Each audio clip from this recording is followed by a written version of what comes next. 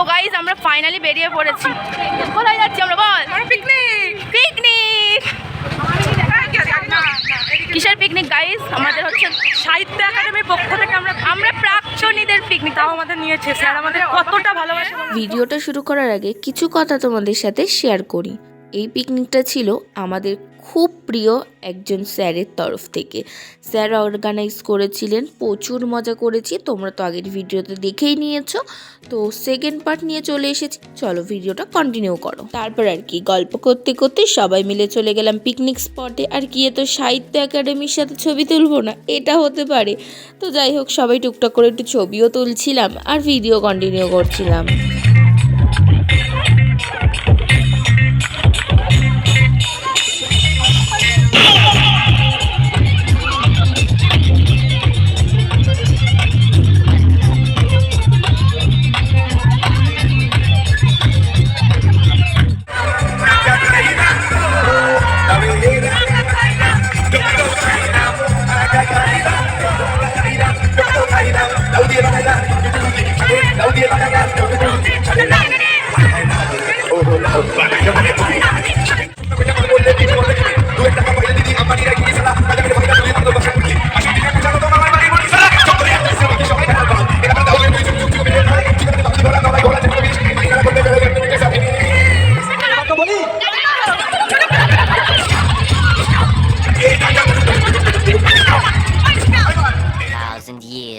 Later.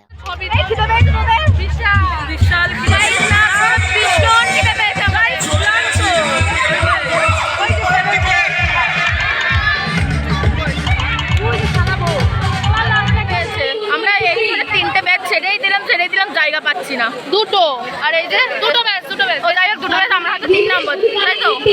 প্রচন্ড খিদে পেয়েছে। তোমরা সবাই জানো তো বিরিয়ানি দেখলে আমি আর টাইট ফাইট পারি না করতে, ঠিক আছে? এই যে সব করছে না, আর এত খিদের জ্বালায় ফোন দেখছে। আমি কি করবো বুঝতে পারছি না, তাই ও ভিডিও করছে।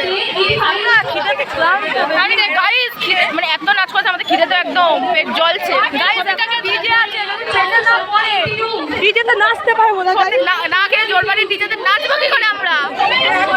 এই যে এদেরকে তো দেখা, এরা বসেছে, এদের কাতেরতে ভাবছে একটা লেগ পিস সনিমাকে দেবো। শনিবার লোল পড়ে যাচ্ছে, ওর বিরিয়ানি দেখলে লোল পড়ছে।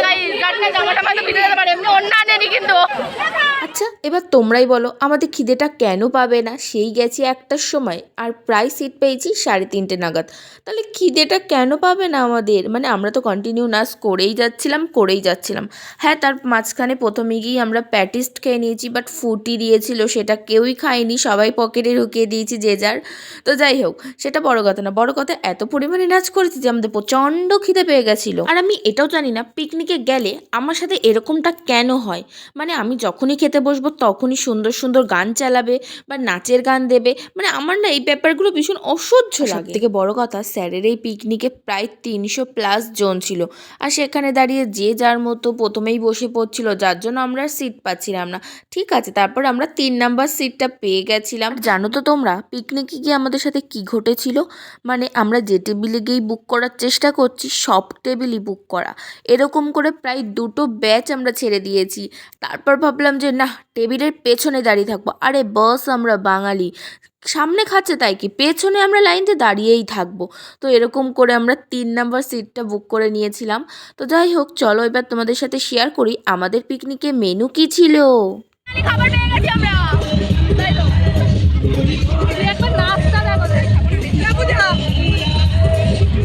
এবার নাচ হবে না। হয়ে চলো পিকনিকের মেনুটা তোমাদের সাথে শেয়ার করেই দিই। ছিল আনলিমিটেড গরম গরম চিকেন বিরিয়ানি, সাথে ঝাল ঝাল চিকেন কষা আর স্যালাড। মানে পিকনিকের দুপুরটা পুরো আমাদের জমে গিয়েছিল।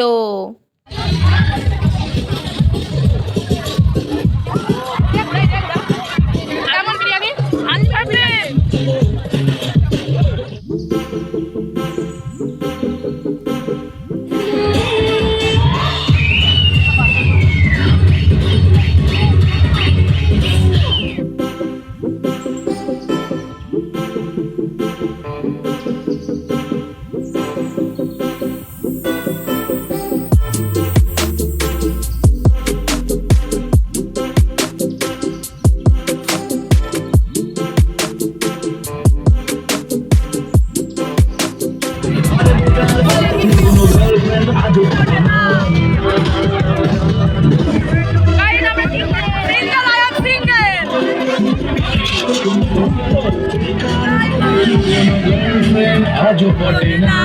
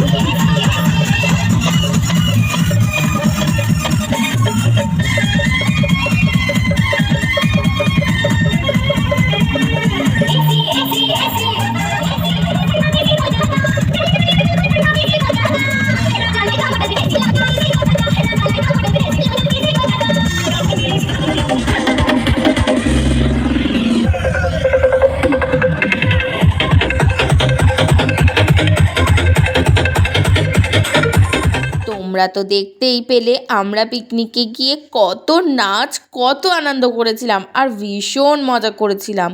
আর জানো তো এখন তো আর স্যারের কাছে পড়া হয় না, কারণ স্যার বিএ ক্লাস পড়ায় না, কিন্তু স্যারের বকা, স্যারের সাথে মন খুলে কথা বলা, আর এই যে আমরা যেগুলো স্যারকে বলতে চাই না স্যার সে কথাগুলোও বুঝে যায়, এবং স্যারের সাথে আড্ডা। আর সব থেকে বেশি যেটা মিস করি, আমাদের ওই সুন্দর বাংলা ব্যাচটাকে আমি ভীষণ মিস করি। কেমন লাগলো পিকনিক? শুনতে পাচ্ছি না।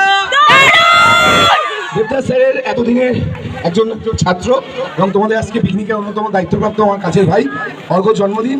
চলে অনুষ্ঠানটা আমরা একটা ছোট বার্থডে কেক কেটে অনুষ্ঠান করে শেষ করি। রাজিত তো? আসো, পার্কে যাচ্ছ? আমি এখন গেলে পার্কে গিয়ে একবার দেখে আসবো। পার্কে কেউ যাবে না, প্রত্যেকের বাড়ি আস্তে আস্তে চলে যাও। ফুল গান বাজাইছে ভাই। আবার হবে 17 বছর, আবার 17 বছর হবে। তোমরা প্রত্যেকের বাড়ি চলে যাবে, কোথাও দাঁড়াবে না। আমাকে বাড়ি থেকে যেন ফোন না আসে।